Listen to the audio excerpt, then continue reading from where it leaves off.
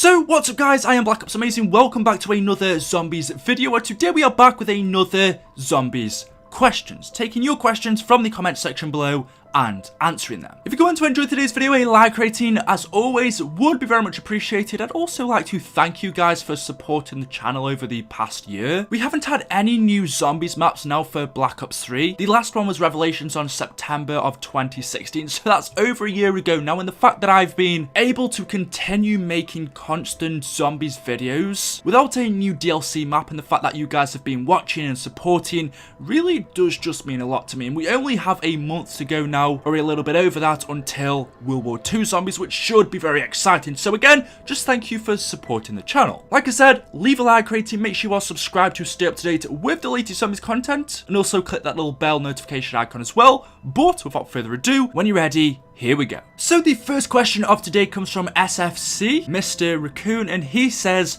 why does Dempsey break the fourth wall in Black Ops 1? 32 times and I won't stop. I've seen this guy in a lot of videos now asking this question. I thought, you know what, I'm going to answer it. It's about time. So why does Dempsey break the fourth wall? Simply, I suppose it's just something fun that Treyarch just added into the game. There we go, I've answered it. Next question. No, but seriously, any couple of different zombies maps, Doris, Kino der Toten, and a few others, Dempsey will occasionally break the fourth wall. Now, what does this mean? It's kind of difficult to explain, but the fourth wall is a theatrical term, but we can also use it in a sense of gaming, in which there's an imaginary wall that exists between the actors on stage and the audience. In this case, it's an imaginary wall that exists between the game, inside the game, the characters we are playing as, and us, the players. The same effect could also occur in movies. It'd just be that the fourth wall in that instance is the camera lens. So if you break the fourth wall, you are breaking that wall that exists between the characters in the game and us, the players. And so where, let's take for example zombies, if you're playing that game, we're supposed to feel that those characters are real, that they are actually real people playing out this whole scenario. But if you break the fourth wall, then I suppose you could say that isn't the case. For example, Dempsey will say things like, hey Treyarch, get me some ammo. Player, I need some juice. Hey, look at that, no power. Wait, does power even make sense in an ancient temple?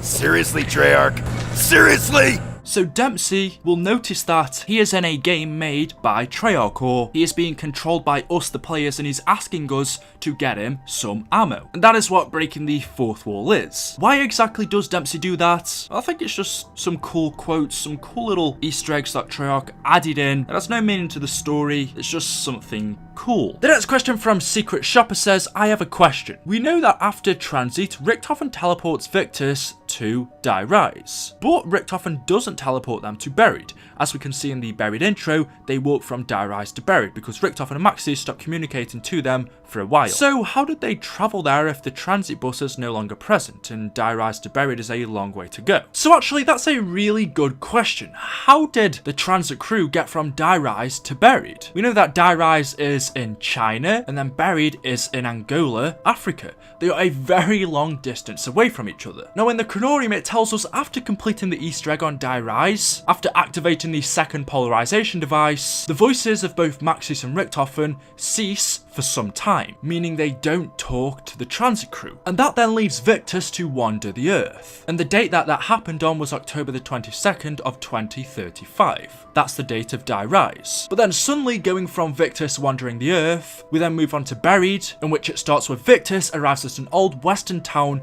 now located at a mining facility in Angola, where they discover Arthur in his jail cell. He assists them on their journey. The voices of Maxis and Richthofen return. And the date that Buried takes place on is December 31st of 2035. Buried takes place 2 months after Die Rise, meaning the transit crew were wandering the Earth for 2 months before they came to Buried. So as we see, as he's been doing before, this time Richthofen doesn't teleport them to the location they need to go. They somehow seem to find their own way. We see in the intro for Buried, Russman is the one leading them and they are walking through the desert. And eventually they just happen to stumble upon the Buried location. How on earth did they know where to go next, and also how did they even know where to find it? How on earth did they get from China to buried. I mean, could you walk that location in 2 months? Could you walk from China to Africa in 2 months? We know they didn't have the bus from Tranzit, so the only thing they could have done was walked in the zombie apocalyptic wasteland. I'd be pretty amazed if they did that in 2 months whilst also fighting against zombies. But yeah, it is kind of strange, but it seems like after Die Rise, that's exactly what they did. Russman somehow, I don't know how he knew this location, but he managed to lead them from China to Angola, Africa, which was buried. And when they get there, the voices of Maxis and Richtofen return. So yeah, it's a strange one, but that's what happened. The next question says, who controls the green, red, orange and yellow-eyed zombies in Black Ops 3 Nightmares? Also, what is its story? So I'm gonna be honest, I have not played Nightmares Zombies. Well, I've only played the first level, and I don't think I completed it, because obviously it's not in the same universe as our normal Zombies storyline. So for me, plus I don't really find it very fun, there's no point in playing it. But anyway, you could still ask the question, so who controls the green, red, orange and yellow-eyed zombies in Nightmares? Now, like I said, I don't really know too much about the storyline. It's not important and doesn't have anything to do with the Black Ops 3 zombie storyline. But obviously the Nightmares mode, which is just the same as the Black Ops 3 campaign, just with zombies, is in a different universe to the campaign itself and the normal zombies maps that we have. But as far as I know, and from what I've researched, it's narrated by a female player who was stuck in a void between life and death. And that is why they are here. The Nightmares mode follows the player as she recounts the events leading to the outbreak of the undead, taking us through, like I said, the campaign missions that we've played before, but now fitted with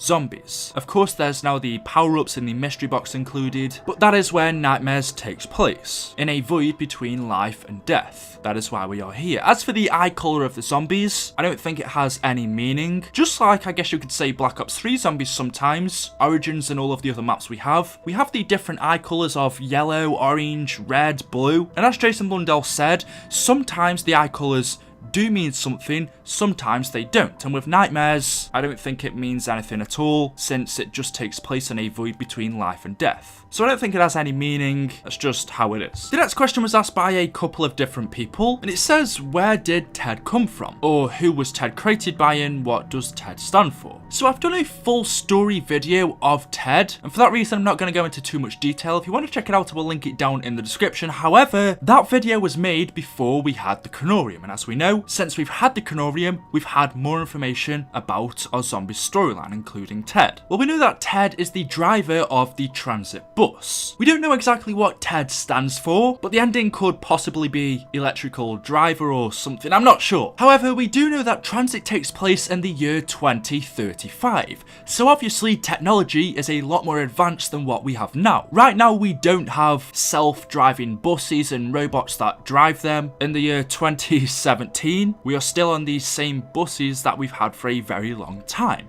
But in the future, in the year 2035, it seems they have buses that are driven by robots. We don't need humans to manually operate them. And so obviously T.E.D. is the example of what is driving our buses in the year 2035. They will be at this time robotically driven buses. We can see on T.E.D.'s hat, he has the word Bloodhound, which is a reference to Greyhound buses, which is a bus company in America. So obviously Bloodhound is the bus company that T.E.D. drives for, and his number is 1104. Obviously, before the zombie apocalypse happened on Earth, T.E.D. would have been driving people around from location to location, picking them up and dropping them off as a bus driver usually would. But after the 3 rockets from Moon hit the Earth, it seems T.E.D. got seriously messed up, and that is why we see him like this in Tranzit. As we know, Russman, who used to work for Broken Arrow, lost his job when the facility was finally abandoned on October the 13th of 2035. And when Russman lost his job, he was then left to wander the Earth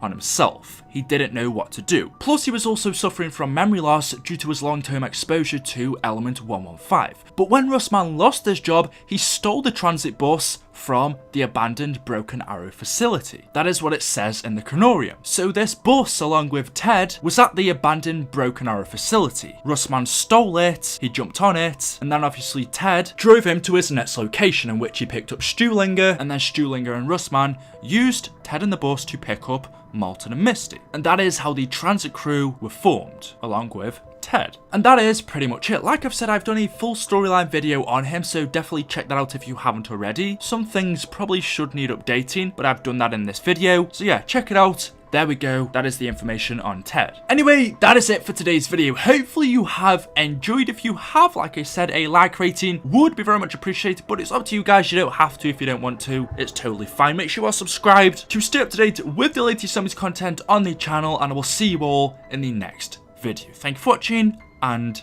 goodbye.